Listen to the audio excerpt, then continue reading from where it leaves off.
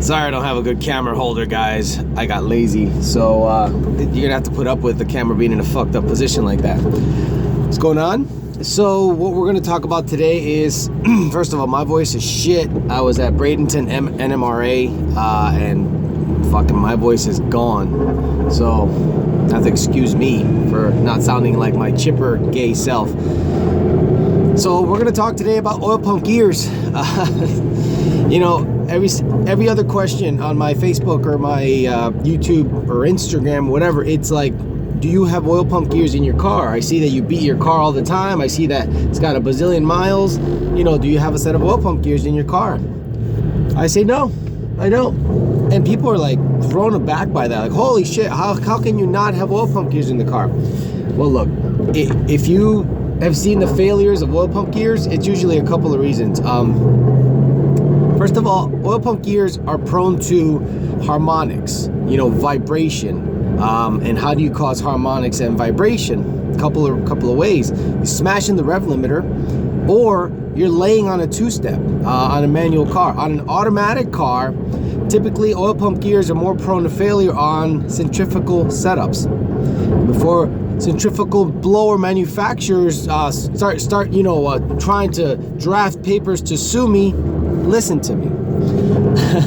That's an inside joke. So the positive displacement superchargers utilize the stock lower harmonic balancer and basically piggyback off of the accessory drive to turn the blower.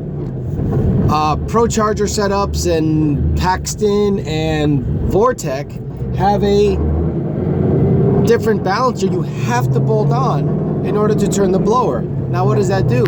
That extends the crank. The crank is holding the balancer. Now you have another piece out here that's, you know, extended, for lack of a better word, and you're putting tension. You know, the belt is being drawn that way. And what's in here? Oil pump gears. Inside here, inside the crank, inside, you know, you have here the, you like my illustration. You have the engine cover, crank, and a gigantic ass fucking thing on the outside, putting tension on everything. That alone is not going to kill your oil pump gears, but if you're laying on the limiter, if you're hitting the limiter, if your balancer isn't put in there perfectly, you know, you can definitely hurt things going forward. Now, when they ask me, how do you get away by not hitting the limiter? Well, it's simple. I tune the car. I tune the car myself. I don't have a limiter. I threw that shit out of the way. There is no limiter in this car. I can go to 9,000 RPM. I mean, well, I don't know. I haven't really reached the limit of the Copperhead unit. I don't know exactly where the RPM limit is on this transmission. The Copperhead computer. But I shift at 79, 8,000, and that's it. I don't care to keep revving and revving and revving. If you look at the logs, the car kind of tends to lose power above 7,500 a little bit. So I just kind of extend that RPM out just so that when I grab the next gear, it's in a happy spot. Then you get guys that get a two-step, a watt box. I hate watt boxes. I hate two steps, especially when you lay on them for boost on a pretty stock vehicle. That's a surefire way to kill oil pump gears. You don't have to believe me.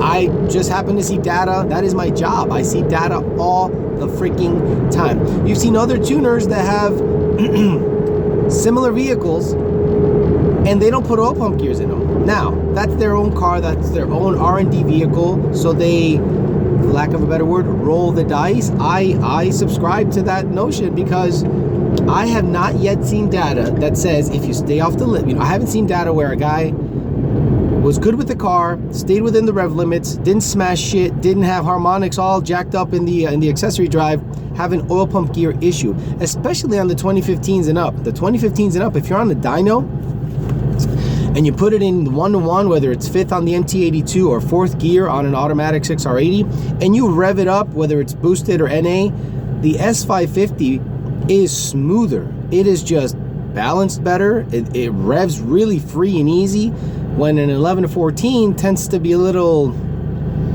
cantankerous. You know, you can feel more vibration. In your butt. You're like not vibration in your butt, but you can feel the butt dyno. You go, man, this thing's kind of, it kind of little rattly, little loose. But the S550, wow, it fucking revs up, and you're like, God damn, this bitch sounds clean.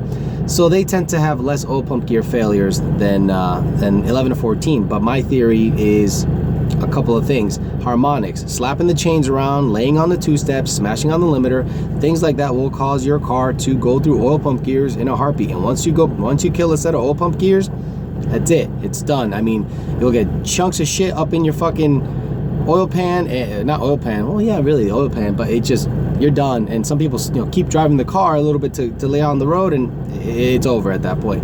So that's my theory on oil pump gears. Again, this channel is all my opinion. Half of you guys get butthurt when I don't tell you the exact name of something. I saw another guy get mad at me because I told him that the saddle interior is only available to 13, 14. That motherfucker must have looked up, through the Ford records and be like, no, it came in 12 also.